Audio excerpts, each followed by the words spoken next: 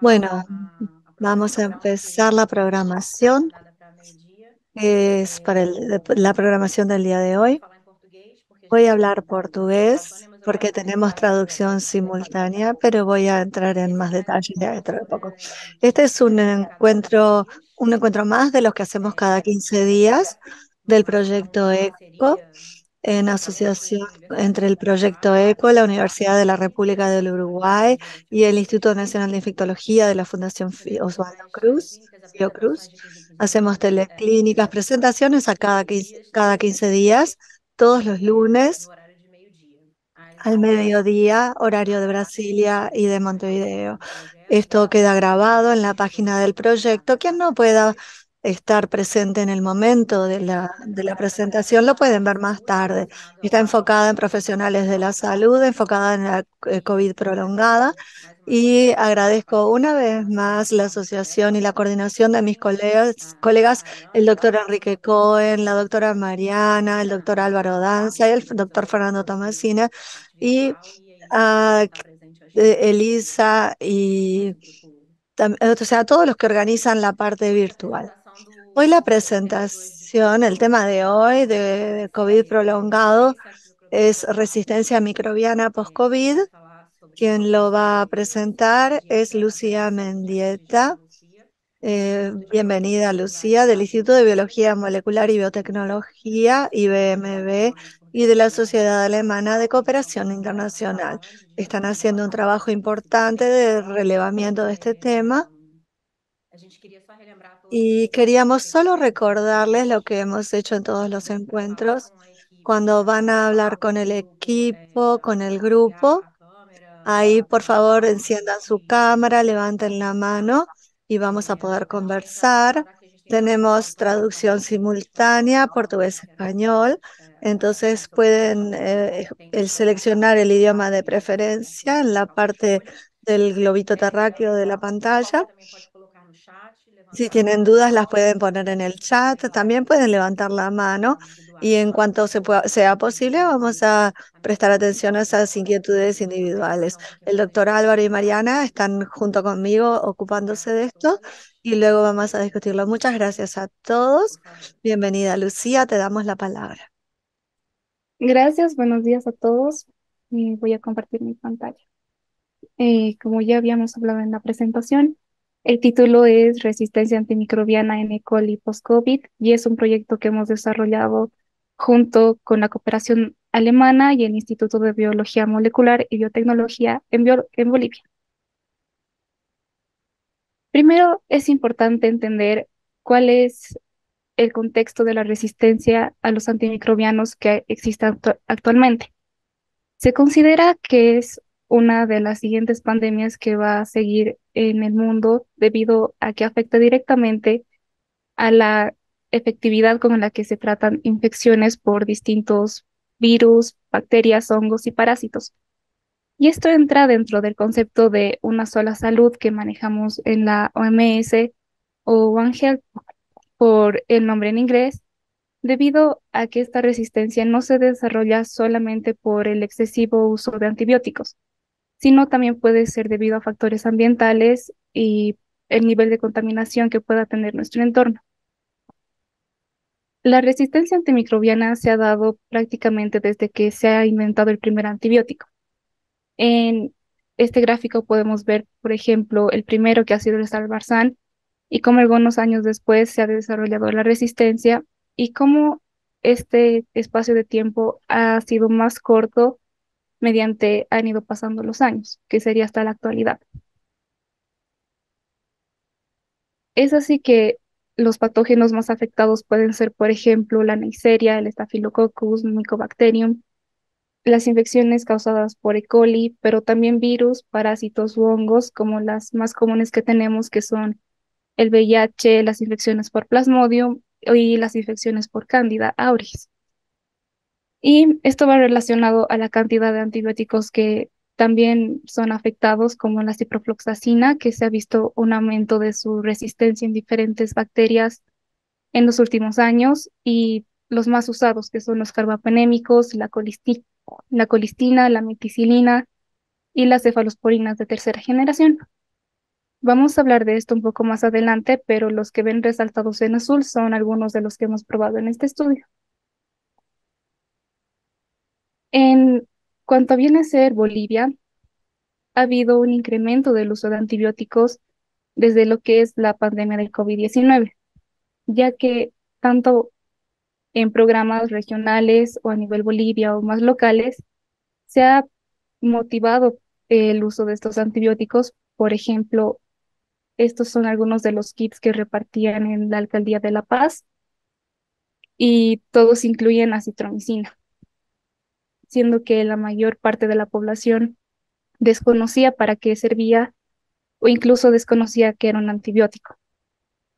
Y en la tabla de al lado podemos ver que son algunas de las indicaciones que daba el ministerio para el tratamiento de COVID y todas incluyen antibióticos en tanto el primer nivel como el tercero. Y el mayor de los problemas que hemos tenido ha sido que los niveles de tratamiento no se seguían de acuerdo al nivel de la infección que se tenía. Es decir, en infecciones que se tenían en el primer nivel, se utilizaban tratamientos que correspondían al tercer nivel. En cuanto a lo que ya es nuestro estudio de resistencia antimicrobiana, el objetivo con el que hemos hecho todo esto ha sido el de caracterizar la resistencia en E. coli en pacientes de 0 a 24 años y sus familiares, y también analizar los factores de riesgo que pueden llevar a desarrollar una resistencia en esta cepa de E. coli.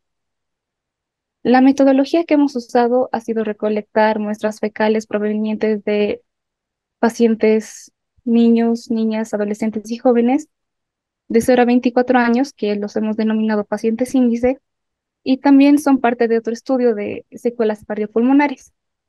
Y también hemos recolectado muestras de sus familiares o personas con las que conviven. Hemos preguntado a cada uno la anamnesis, es decir, qué síntomas han presentado, tanto psicológicos como sistemáticos, desde que han tenido COVID. Hemos recolectado las muestras y hemos hecho cultivos en Calve coli, en la Conqui, y hemos hecho pruebas de antibiograma como comúnmente se hace según el protocolo del CSLA. Hemos colectado en total 368 muestras provenientes de 131 hogares. Las características de estos hogares son que la mayoría son del Departamento de La Paz, debido a la facilidad que hemos tenido de recolectar las muestras aquí.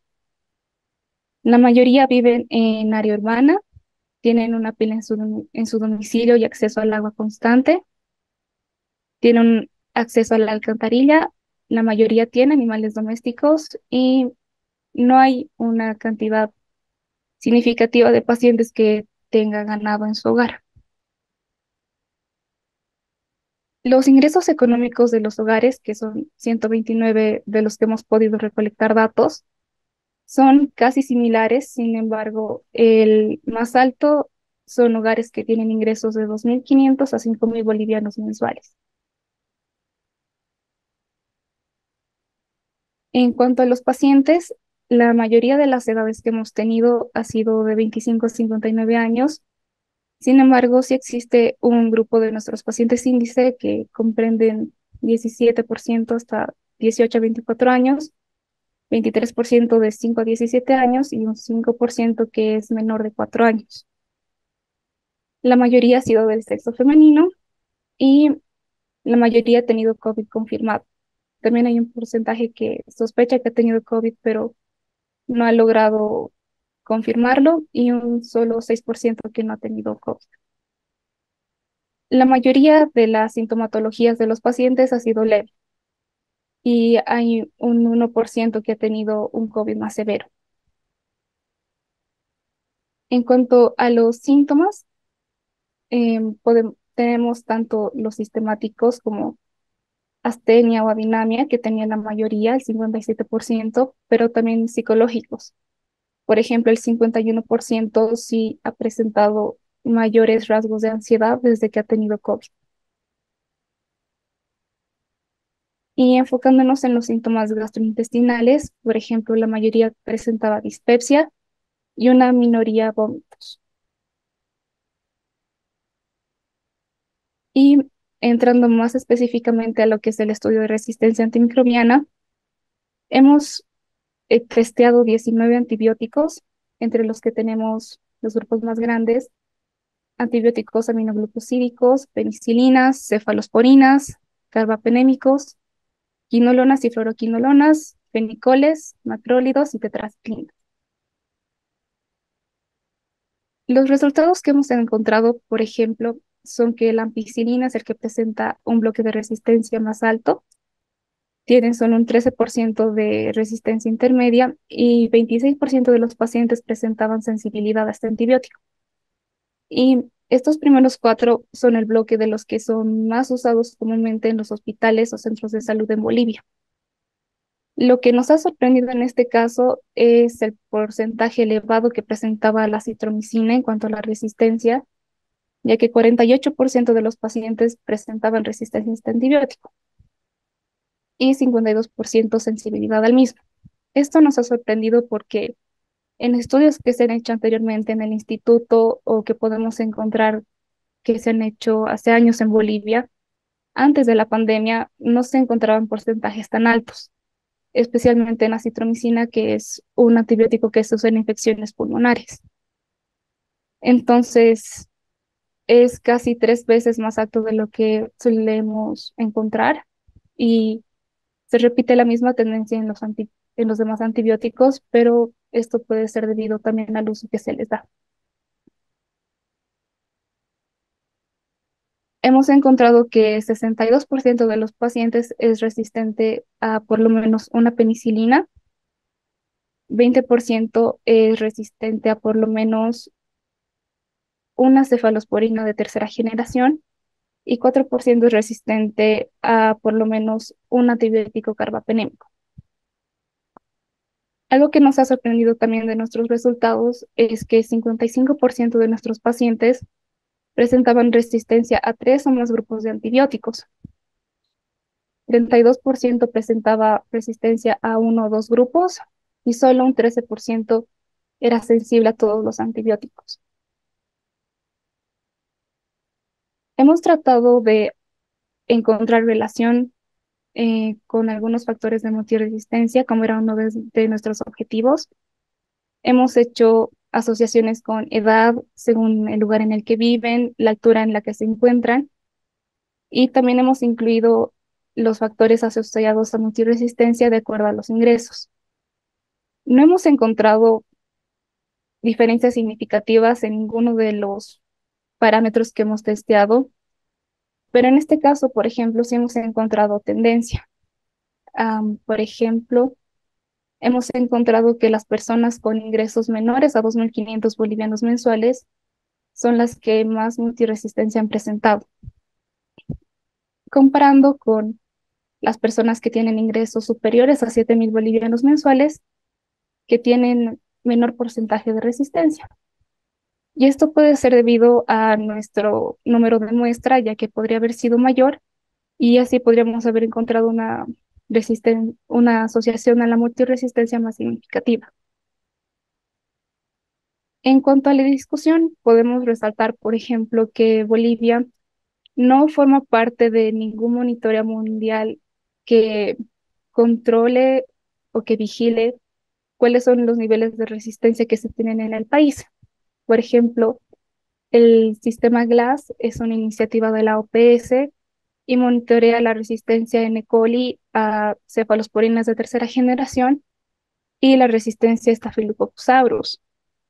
Entonces, sería importante que Bolivia entre dentro de alguno de estos programas de monitoreo para tener una visión más real y más actual de cuál es la situación de los antibióticos en Bolivia.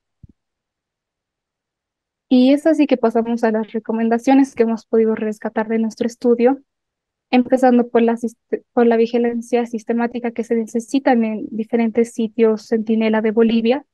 Pueden ser, por ejemplo, los departamentos más importantes del país. Y también hemos visto que es necesario incrementar el acceso continuo a antibióticos de primera línea, para que no se tenga que recurrir a antibióticos de segunda o tercera generación.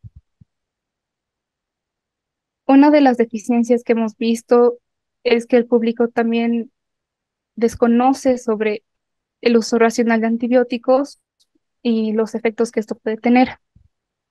Y esto muchas veces está relacionado a la capacitación que tiene el personal en salud sobre esto. Es decir, muchas veces es el personal en salud la que motiva el consumo de antibióticos. Y también es importante que se regule la venta libre de antibióticos, ya que la mayoría, en Bolivia por lo menos, se proporcionan sin receta a la población en general. Y eso sería todo. Muchas gracias por su atención. Obrigada, Lucia. Obrigada pela detalhada apresentação e bem importante. Muchas gracias, Lucía. Muy detallada tu presentación, muy útil. Era lo que estábamos imaginando. En general, sabíamos que el uso indiscriminado de antibióticos iba a aumentar la resistencia. Imaginábamos también que eso iba a pasar con la citromicina. También puedo decir que el uso específico del antibiótico con acitromicina de kits de tratamiento de COVID desde el principio de la pandemia, desde el 2020, también ocurrió en Brasil, tanto en sectores privado como público, y creo que sería más o menos entonces lo que ocurrió en Bolivia, afectando diversas capas de la población. Ya imaginábamos que eso iba a ocurrir y tenemos acá una comprobación de que realmente ocurrió. Si tenemos un estudio similar acá, creo que vamos a ver el mismo resultado. Acitromicina, bueno, muchos pacientes ni sabían que acitromicina era un antibiótico. Recibían la prescripción, decían que estaban tomando antiinflamatorios, metían acitromicina en el medio, no sabían que era antibiótico. También tenemos el mismo tema del uso racional de antibióticos, de que no hay mucha discusión sobre eso, principalmente en el propio equipo, el mismo equipo de salud, que es son los que terminan recetando y estimulando el uso de antibióticos en relación a la venta de la medicación con receta o sin receta. Bueno, en Brasil solo logramos comprar con receta, teóricamente, pero en la práctica vemos que aún con el hecho de que la receta sea obligatoria para antibióticos y otros medicamentos controlados, muchas personas logran comprar en farmacias sin receta también el antibiótico. El mismo profesional prescribe, bueno, entonces la persona sí usa la receta. Necesitamos ese tipo de discusión todavía. Creo que por mi experiencia personal en la época de la residencia, hace más de 10 años, yo veía esto más cercano a nuestra rutina, este discurso sobre no utilizar antibióticos, la importancia que tiene, el peso que significaría para el tratamiento en el futuro de otros pacientes, de la resistencia, pero creo que en los últimos años esa discusión dejó de existir un poco y tenemos que retomarla, principalmente después de COVID. Quisiera agradecer una vez más, no sé si Álvaro o Mariana quieren hacer alguna pregunta. Les paso la palabra para luego volver acá a tomar el micrófono. Gracias María Pía y gracias Lucía por la presentación que fue muy clara. A ver, hay algunas dudas que me surgieron. La presentación fue muy clara, pero igual me quedó alguna duda.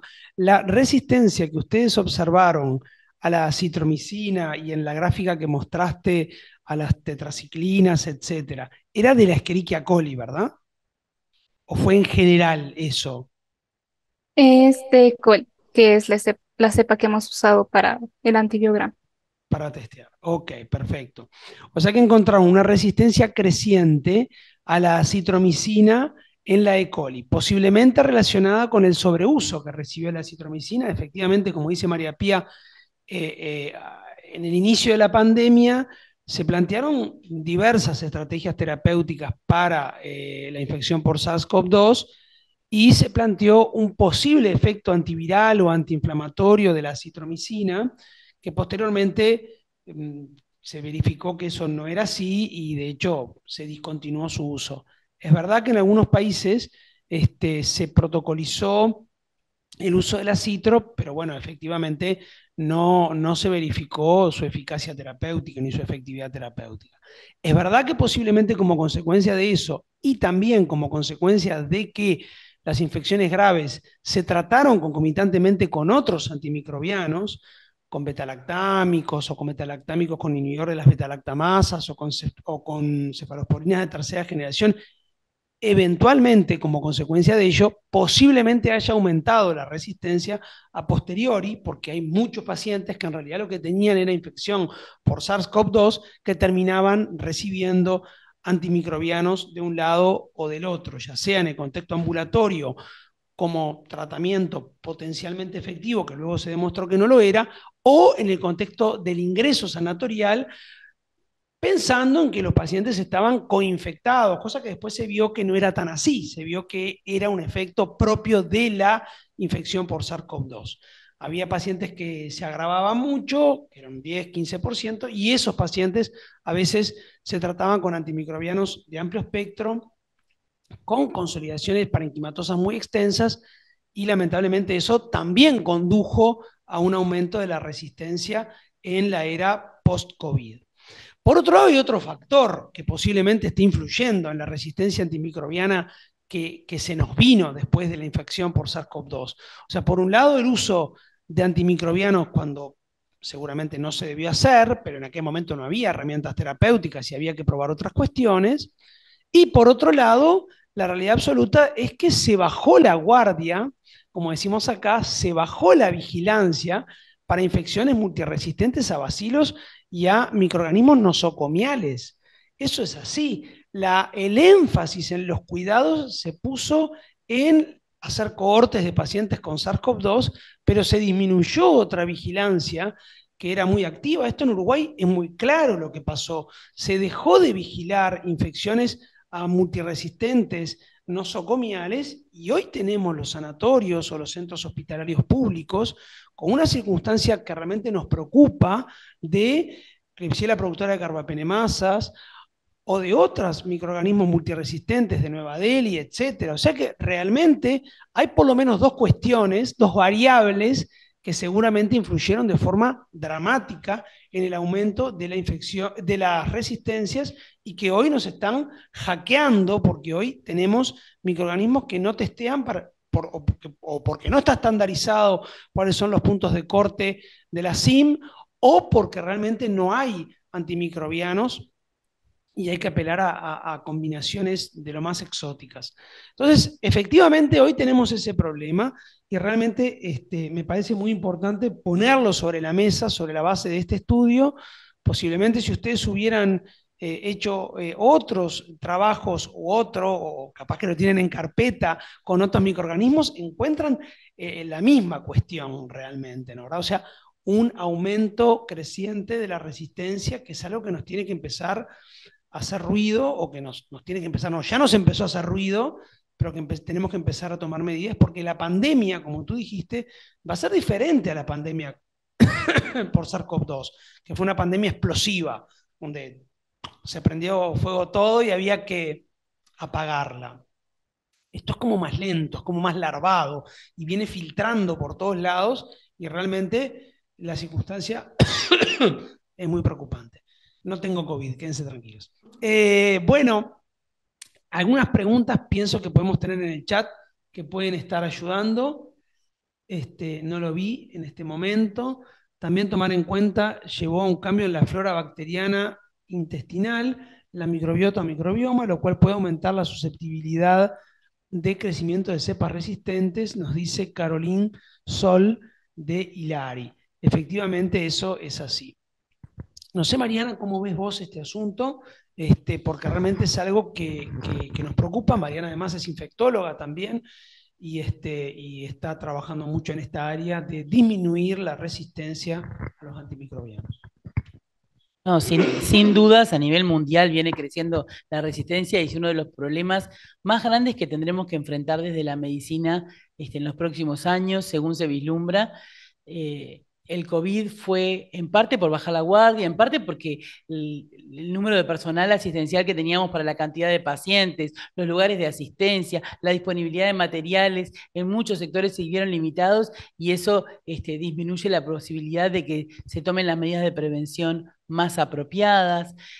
Por otro lado, es verdad que se usaron corticoides en gran medida, que el uso de antimicrobianos en muchos sectores, en muchos países, en muchas regiones, en muchos centros de salud, fue muy amplio, sobre todo al principio de la pandemia, debido en parte al desconocimiento, en parte a la dificultad de interpretación, en parte al temor a la sobreinfección o a la coinfección, y eso sin duda, como ya sabemos, trae aparejado un aumento de las resistencias, pero como mencionaba Lucía, el problema es cuando uno piensa en resistencia a antimicrobianos es mucho más global y la agricultura, la ganadería, la producción tiene un peso también muy importante a la hora de pensar en las resistencias a antimicrobianos que nos vamos a enfrentar y que nos vemos enfrentados.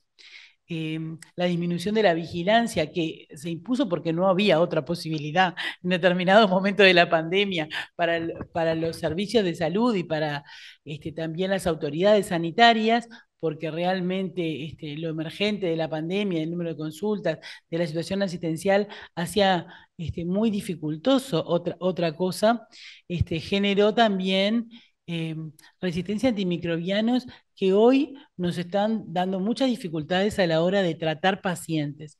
Ya tenemos muchos pacientes con resistencia a casi todos los antibióticos disponibles y que están presentando infecciones clínicas relevantes por esos microorganismos y que no tenemos antibióticos apropiados para hacer frente a estas infecciones.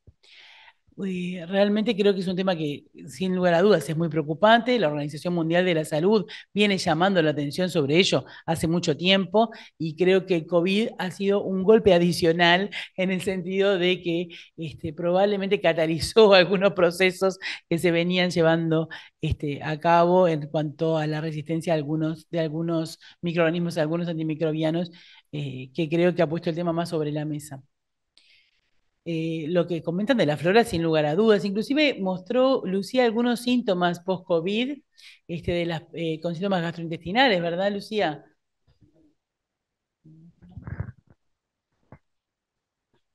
Sí, justamente varios de los pacientes, la mayoría en realidad, ha reportado tener alguna secuela gastrointestinal desde su infección con COVID. Entonces, eso también nos llama la atención porque estas secuelas muchas veces podrían no relacionarse a que se ha tenido la enfermedad y puede ser algo independiente. Pero hay que tomar en cuenta que son secuelas que podrían quedar bastante tiempo y sí podrían llevar a cambios en la flora intestinal, tanto a ese nivel como a nivel de la resistencia.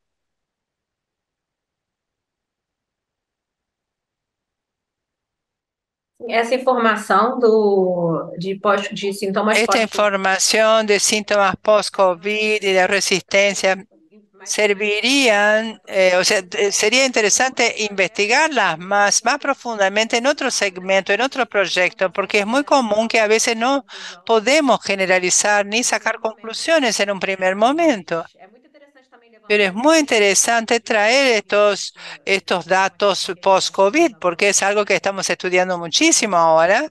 Es algo vinculado no solo a la resistencia, pero también a los síntomas. Y si los síntomas están relacionados a post-COVID, necesitamos incluso en nuestros estudios, porque a veces estamos limitados porque no tenemos un grupo control que no haya tenido COVID o que, bueno, mucha gente puede haber tenido COVID y no haya sido consciente de que haya tenido la enfermedad. Gente asintomática o que no fue testeada, pero es importante incluso para detallar más la parte de quejas, síntomas y quejas gastrointestinales, comparar aquellos que utilizaron y no utilizaron la citromicina, sabiendo que la mayoría lo habrá usado, no solo en pacientes internados, pero también en pacientes ambulatoriales.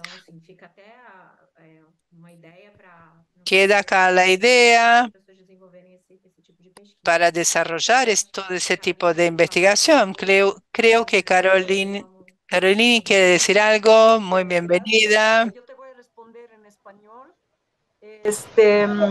Espero que te haya entendido completamente. No he usado el traductor porque, bueno, entendemos más o menos el portugués. En relación a otros estudios, quería aclarar esto.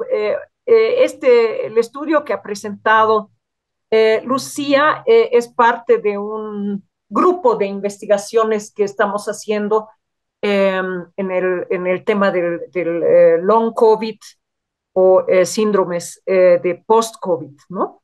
Eh, Inicialmente la idea era estudiar justamente la microbioma, el microbioma o la microbiota en pacientes que han tenido COVID. El tema, lo que tú mencionas de tener un grupo control, es, sería lindo, pero en Bolivia por lo menos no lo hemos visto factible. Aquí, como has visto en esa muestra, el 95% de los pacientes o tenían COVID comprobado o sospechaban que habían tenido COVID. Realmente los estudios que se han hecho epidemiológicas demuestran que la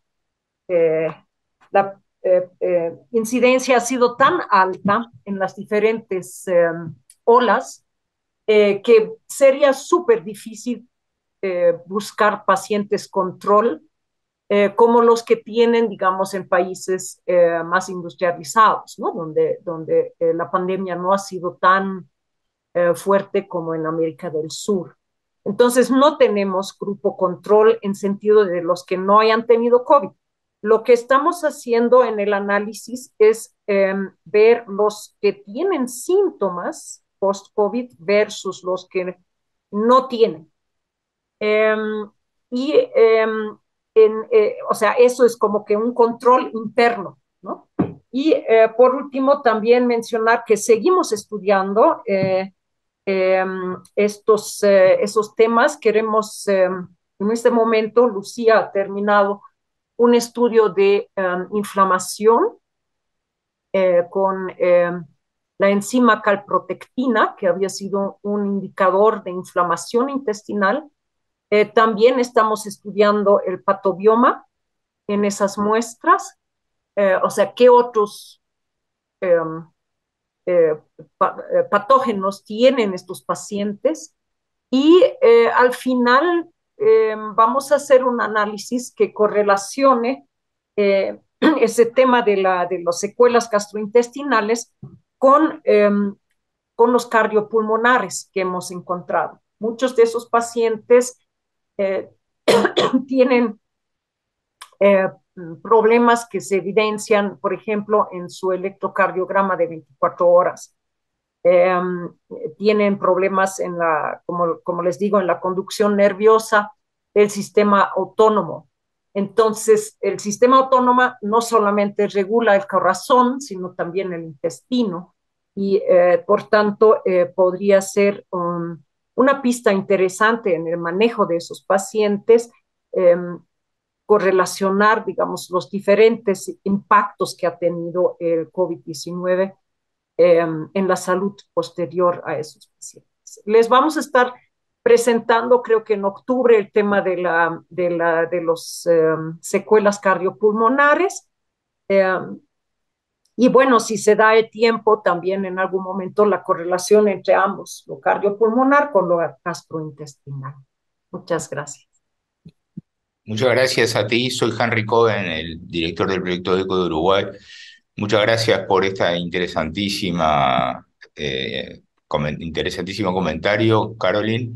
Yo soy gastroenterólogo de formación y he trabajado en los últimos años en el tema de microbiota intestinal, más relacionado a otro germen como el Helicobacter pylori, pero también, por supuesto, que estamos muy interesados en el tema de la repercusión de la microbiota producida por el COVID y por los tratamientos del COVID. Y me interesa mucho saber si tenés algo en vista sobre las respuestas a las vacunas en los diferentes grupos poblacionales de COVID, si han recibido o no antibióticos previos o si tenían o no alguna causa de alteración de la microbiota intestinal? Bueno, volver al inicio, en realidad queríamos estudiar la microbiota, pero no lo hemos podido hacer por factores básicamente presupuestarios.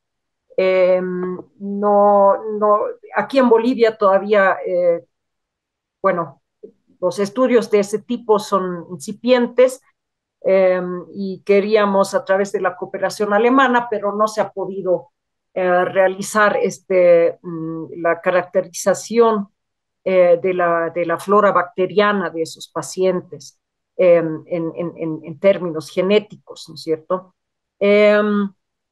Lo que usted dice en relación a vacunas, hemos tratado de buscar esta información. La gran mayoría de los pacientes decían que sí han recibido la vacuna, muchos de ellos, sin embargo, posterior a su infección, o sea, hicieron una infección con SARS-CoV-2 en la ola 1 o 2 y después recibieron una vacuna, después vino la ola 3 y después tal vez han recibido otra vacuna. O sea, no es necesariamente una secuencia tan como hubiésemos querido desde un punto de vista epidemiológico. Eh, no hemos podido establecer una relación entre los pacientes vacunados versus los no vacunados, porque básicamente los no vacunados son muy, muy pocos. Pero habría que analizar como que más fino, ¿no? Cuándo han sido vacunados en relación a su episodio y ver si ahí podíamos sacar un grupo de pacientes eh, que en los cuales analizaríamos sus síntomas, pero eso no lo hemos hecho todavía, pero es una buena sugerencia. Gracias. Podemos hablar en cualquier otro momento, nos escribimos para estar en contacto sobre este tema. Muchas gracias, Carolina. Hoje a gente ainda teve essa participação. Henry tinha acabado e tinha esquecido Hoy ya que tuvimos esta participación, nos habíamos olvidado de que tú estás en gastroenterología y de hecho tenemos un gastroenterólogo, perdonen, que sabe más que nosotros en este tema de hoy. espião no meio. Sí, un infiltrado, un espía. Yo iba a decirle a Carolina que esto de no tener un grupo de control es la realidad de todo el mundo. Buscamos tener el ideal, pero nosotros tampoco tenemos en nuestra corte, tenemos en el instituto también pacientes que tuvieron COVID. No fuimos capaces de tener un corte de personas saludables.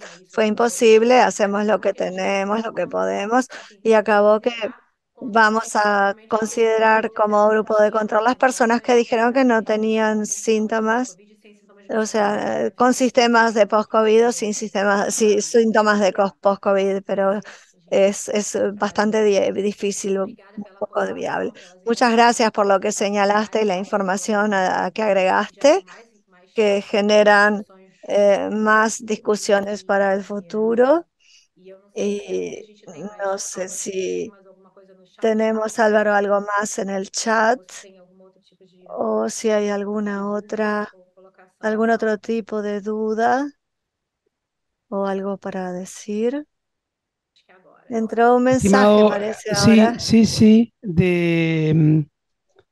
Debemos llevar en consideración esos efectos. Están preguntando un colega brasileño también, Joao Lucas, de Paiva, si tenemos que tener en consideración los efectos adversos de la citromicina, por ejemplo. Y también tenemos otra pregunta de otro colega, que es José de Jesús García. No sé si tú la querés hacer en voz alta la pregunta, José. Es de México, así que bienvenida esa pregunta si tú la quieres hacer. Buenos días o buenas tardes, no sé si me escuchen. Te escuchamos Yo soy perfecto, médico gracias. familiar, soy del primer nivel de atención. Escuchando los comentarios, pues son reales, pero el área, más que nada es un comentario. El área médica está involucrada en esa resistencia antimicrobiana y de años, no es de ahora. El público llega a consulta y si no le damos un antibiótico, enseguida pide su antibiótico. Y si no se lo damos, van a algunas farmacias y enseguida el farmacéutico le vende. Esta enfermedad nos agarró completamente en blanco, creo que a nivel mundial. Empezamos a tener neumonías atípicas y por ahí se fue todo el mundo. Vamos a tratar una neumonía.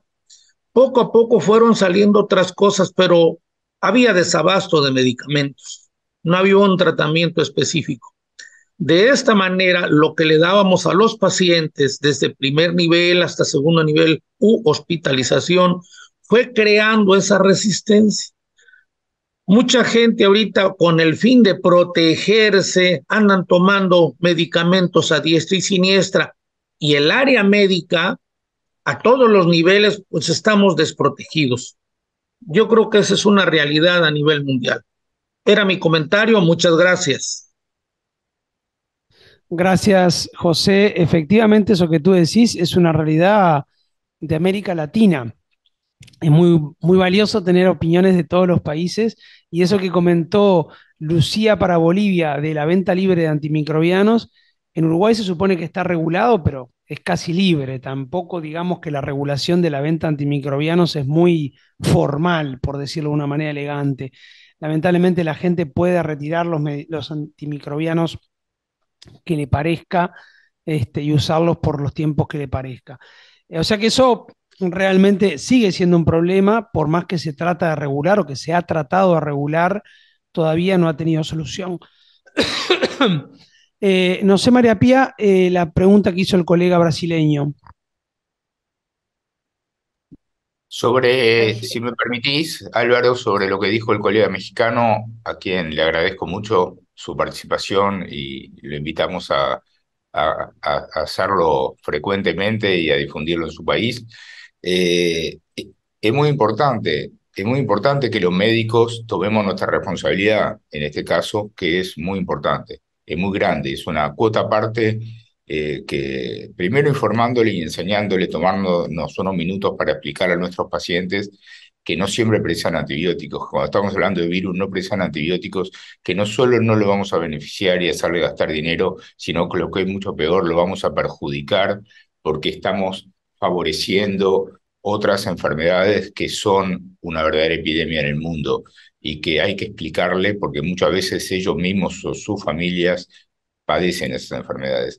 Así que responsabilizarse es el primer paso que debemos dar en lo individual y como cuerpo médico.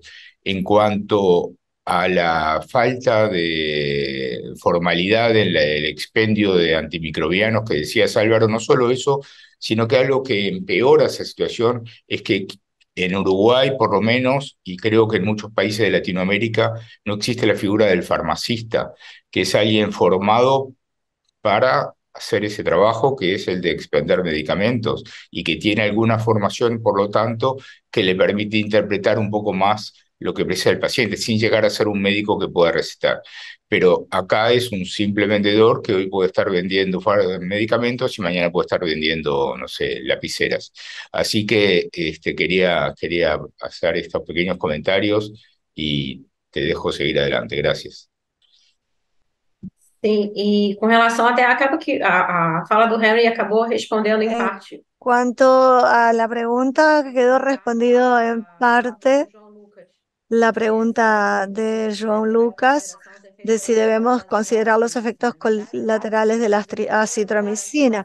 De hecho, los efectos colaterales de la acitromicina, los principales aparecen en el momento que estamos utilizándola en la fase aguda, que es donde la terminamos usando, y a largo plazo lo que acaba sucediendo es eso.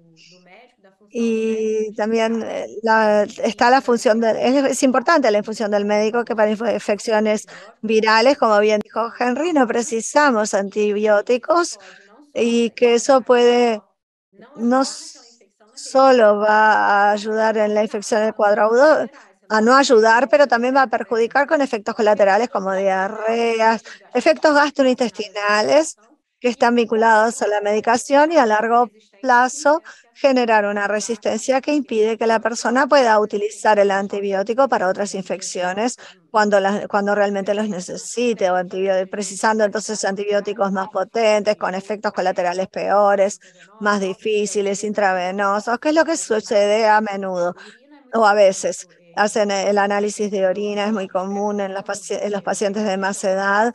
El infectólogo recibe muchos casos, así pacientes que toman muchos antibióticos que empiezan a agarrarse infecciones urinarias de repetición, donde se le acaban dando antibióticos intravenosos y tiene que terminar internado para recibir la medicación.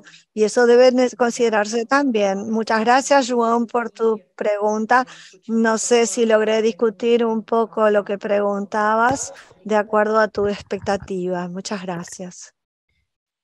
Sin duda tenemos una etapa ahora muy difícil también y que tendremos que ver cómo podemos enfrentar desde el lado de muchas organizaciones y gobiernos, etcétera, y desde el sector salud estamos haciendo esfuerzos para lograr a través de los programas de optimización de antimicrobianos, de medidas de vigilancia, de programas gubernamentales y también de fomentar el uso apropiado y el desarrollo y la investigación de nuevos fármacos, de nuevos antibióticos y también las medidas de aislamiento en los hospitales o medidas de realidad de precaución para los pacientes que tienen infecciones a microorganismos multiresistentes, pero también el uso indiscriminado a nivel de las personas cuando se venden antibióticos sin receta para cuadros que no tienen indicación, pero fundamentalmente en lo que tiene que ver con la producción y en la industria de los alimentos, donde realmente el uso de antibióticos en general no está regulado y genera problemas realmente muy importantes, como señalaban, al considerar esto que es un problema de toda la salud, ¿no?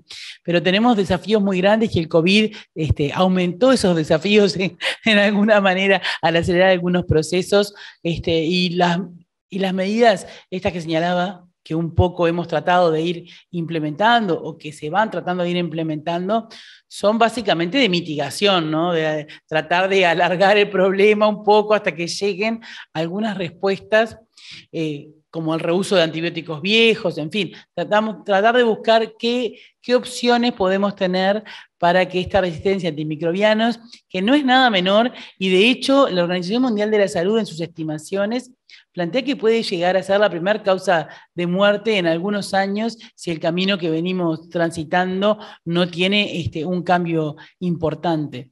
Digo porque es la hora de ir pensando en qué cosas podemos hacer para tratar de disminuir el impacto de este problema, por lo menos.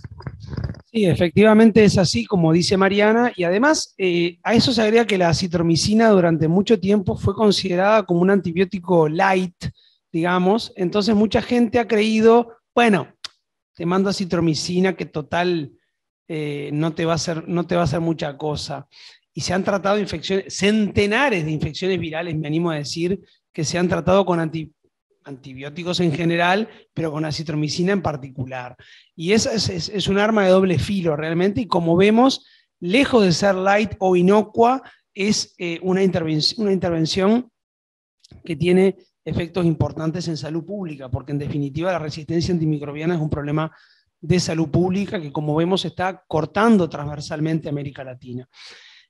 Muy buena la presentación, Lucía, nos has abierto un camino de reflexión muy importante, que es el camino de la resistencia antimicrobiana. Has hecho una introducción muy buena respecto a qué es la próxima pandemia. Ya desde el año 2000 la Organización Mundial de la Salud viene diciendo que la resistencia a los antimicrobianos es el problema de salud pública que se avecina. En aquel momento seguramente no se imaginaban que iba a estar el COVID, que iba a distorsionar nuestra atención de ese problemón, pero bueno, una vez superado este asunto, creo que no hay dudas que hay que reenfocarse en el control de la resistencia antimicrobiana, y para eso hay muchísimas medidas a tomar en cuenta.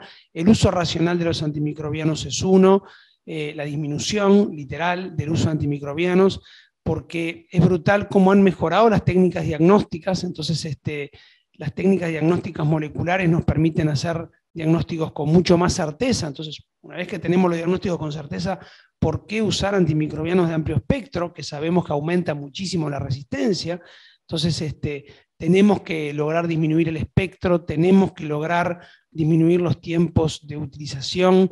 Hay muchísima evidencia sobre eso también y tenemos que lograr pasar a la vía oral cuando es posible y tenemos que lograr no usar antibióticos cuando no son necesarios. El tema de salud pública también hoy se habló, como es el control de uso de antimicrobianos a nivel comunitario, o sea, la verificación de la prescripción, o sea, no vender esto de venta libre. Ese es otro problema que hoy tenemos en agenda. Y sí, las superbugs, las superbacterias están ahí, están en todos lados, están en todos los hospitales, están en todos los sanatorios y en toda América Latina, por lo tanto, es imprescindible. Una de las cuestiones imprescindibles a hacer es disminuir el uso de antimicrobianos, pero es una, hay otras más que tenemos que tener en carpeta.